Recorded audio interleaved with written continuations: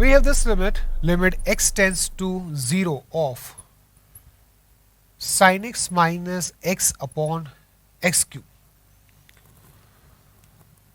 We use expansion of function sin x. So we have limit x tends to 0 of x minus x cube upon 3 factorial plus x power 5 upon 5 factorial and so on.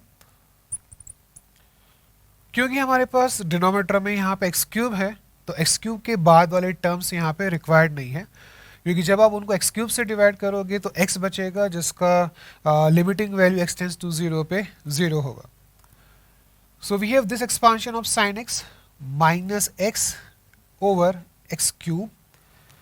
Here x gets cancelled out, and from numerator and denominator x cube gets cancelled out. So we have limit x tends to 0 of minus 1 upon 6 plus x square upon 5 factorial and so on. Putting x tends to 0 in this terms, we get limiting value minus 1 upon 6.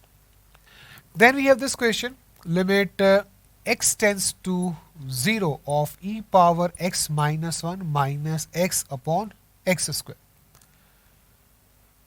Use expansion of e power x function. We have limit x tends to 0 of 1 plus x upon 1 factorial plus x square upon 2 factorial plus x cube upon 3 factorial and so on, minus 1 minus x, this divided by x square.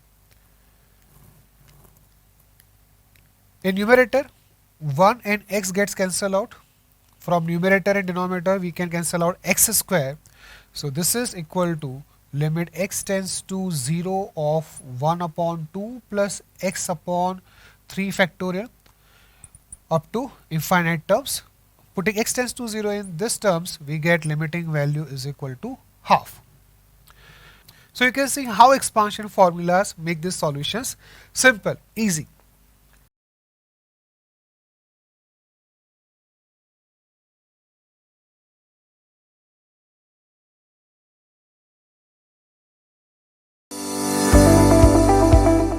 Tan inverse x function की integral values क्या होंगे? There will be 3 integral values, -1, 0 and 1. We draw lines y is equal to 1 and y is equal to -1.